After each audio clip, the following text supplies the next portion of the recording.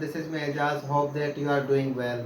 जिस तरह हमारी क्लासेस चल रही थी, इंग्लिश लैंग्वेज की क्लासेस हमारी चल रही थी, जिसमें हम जो है टेंसेस जो है पढ़ रहे थे, सीख रहे थे, जिसमें हमने प्रेजेंट टेंसेस हैं जो प्रेजेंट के हमने टेंसेस कंप्लीट कर लिए, पास्ट के भी कंप्लीट कर लिए हमने। फ्यूचर इंडेफिनिट टेंस हमने सीखा था। फ्यूचर इंडेफिनिट टेंस के पास हमारे पास आ जाता है future continuous tense. Future continuous tense है जो जिस तरह हमने और टेंसेस जो सीखे थे, सबसे पहले हमारे पास आइडेंटिफिकेशन होती है, फार्मूला होता है। देन हम सेंटेंसेस जो बनाते हैं, सेंटेंसेस के थ्रू इसको समझने की कोशिश करते हैं। सबसे पहले हमारे पास आइडेंटिफिकेशन है फ्यूचर कंटिन्यूस टेंस की, वो है रहा होगा, रही होगी, रहे होंगे। जिस भी सेंटेंस के लास्ट में ये वाली आइडेंटिफिकेशन आ रही होंगी, रहा होगा, रही होगी, रहे होंगे, वो हमारा फ्यूचर कंटिन्यूस टेंस होगा। मैं आपको एग्जांपल देकर जो बताता हूँ। जिस तरह मैं अली के पास जाऊंगा तो अली सो रहा होगा, या अली मेरे पास आएगा तो मैं क्रिकेट खेल रहा होऊंगा। वो आम खा रहे होंगे, वो हैदराबाद जा रहे होंगे, वो कराची जा रहे होंगे, राबिया कपड़े धो रही होगी। तो इस तरह के टेंसेस हैं जो हम अपने डेली लाइफ में भी यूज़ करते हैं, वो हमारा फ्यूचर कंटिन्यूस टेंस होता है। तो आइए इसको हम ठीक करके समझ लेते हैं। इसकी आइडेंटिफिकेशन जिस तरह मैं बता चुका हूँ आपको। फिर आ जाते हैं इसके फार्मूला पे। फार्मूला इसका क्या है? फार्मूला सबसे मेन चीज़ है टेंसेस की समझने के लिए। फिर हमें जो फार्मूला जब समझ जाते हैं हम, फिर उसको अप्लाई करते हैं, फिर हमारा सेंटेंस जो है कंप्लीट होता है। फिर हम ठीक तरीके से समझ पाते हैं कि फ्यूचर कंटिन्यूस टेंस या कोई भी टेंसेस है वो किस तरीके से समझ में आता है। जिस तरह मैं आपको बताता हूँ, आप मेरा लेक्चर जो देख रहे हैं, देखकर मेरे लेक्चर को आप भी ये फार्मूला अपनी पेन कॉपी निकाल लिया करें और इसको नोट डाउन कर लिया करें। क्योंकि ये फार्मूला जो मैं आपको जो सिखाता हूँ, इसकी मदद से ही आप जो है अच्छी इंग्लिश बोल पाएंगे। मैं चाहता हूँ कि ये टेंसेस जब हमारे कंप्लीट हो जाएं, you will be able to speak English. तो इसके फार्मूला पर आ जाता है। इसका फार्मूला है, सब्जेक्ट आएगा इसमें विल बी इसका हेल्पिंग वर्ब है। Subject will be, fourth form of verb आएगी।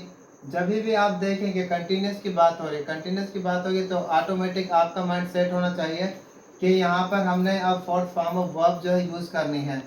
सब्जेक्ट आएगा, विल बी हेल्पिंग वर्ब है हमारा, फोर्थ फॉर्म ऑफ वर्ब आएगी, देन ऑब्जेक्ट आएगा। तो ये हमारा बन जाएगा फ्यूचर कंटिन्यूस टेंस। फिर आ जाते हैं सेकंड, इसके नेगेटिव की बात करते हैं। नेगेटिव के लिए सब्जेक्ट हमारा आएगा, विल आएगा इसका। फिर जो है विल के बाद नॉट आएगा, नॉट के बाद बी आएगा, फोर्थ फॉर्म ऑफ वर्ब आएगी, ऑब्जेक्ट आएगा। काफ़ी स्टूडेंट जो गलती करते हैं वो इसमें ये गलती करते हैं, सब्जेक्ट लगाकर विल बी नॉट कर देते हैं। विल बी नॉट से हमारा टेंस जो है सेंटेंस गलत हो जाता है, विल नॉट भी होता है। Ali will not be eating a food, Ali खाना नहीं खा रहा होगा।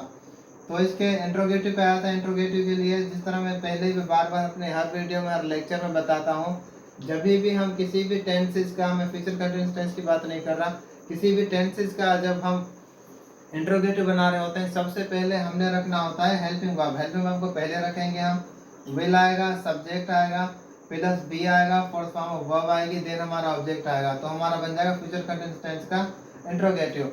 अब जो सेंटेंसेस की मदद से मैं आपको समझाने की कोशिश करूंगा और आपको मज़े ठीक तरीके से समझ में आएगा। आइए सेंटेंसेस की जानिब चलते हैं और सेंटेंसेस के थ्रू समझते हैं। 3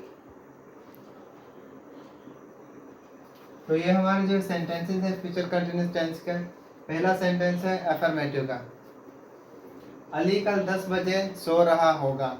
तो फ्यूचर कंटिन्यूअस टेंस का है। अब इसके हम जो है फार्मूला अप्लाई करेंगे फ्यूचर कंटिन्यूअस का, जो मैंने आपको बताया था। Ali will be sleeping at 10 by tomorrow, ये हमारा हो गया अफर्मेटिव फ्यूचर कंटिन्यूअस का। फिर हम जो है नेगेटिव इसका बनाएंगे नेगेटिव। नेगेटिव किस तरह बनेगा?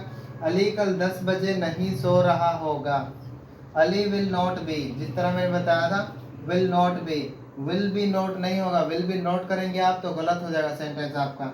Ali will not be sleeping at 10 by tomorrow, Ali कल 10 बजे नहीं सो रहा होगा। फिर इसका इंट्रोगेटिव बनाते हैं, क्या वो कल हैदराबाद जा रही होगी, will she be going to Hyderabad by tomorrow, क्या वो कल हैदराबाद जा रही होगी। तो ये हमारे सेंटेंसेस थे फ्यूचर कंटिन्यूअस टेंस के, जो कि मैंने आपको बनाकर दिखाए। अगर आप अच्छी से इंग्लिश जो सीखना चाहते हैं, आप समझते हैं कि मैं इंग्लिश सीखने के काबिल हूँ या मैं जो समझ रहा हूँ ठीक तरीके से, तो आप क्या करेंगे, जो मेरा लेक्चर है उस लेक्चर को ठीक तरीके से देखेंगे। और इसके सेंटेंसेस हैं जो कम से कम आप जो है 12 सेंटेंसेस या 20 सेंटेंसेस फार्मूला को देखकर बनाएंगे। क्योंकि बोलते हैं इंग्लिश में एक कोटेशन है, जो है practice makes man a perfect. Practice है जो इंसान को बहुत ही ज़्यादा परफेक्ट जो है बनाती है। प्रैक्टिस आप जितनी करेंगे, सेंटेंसेस बनाएंगे, आपकी उतनी अच्छी प्रैक्टिस होगी और फ्यूचर कंटिन्यूस टेंस और भी मजीद टेंसेस हैं आपको ठीक तरीके से समझ में आएंगे। Okay, thanks, that's all.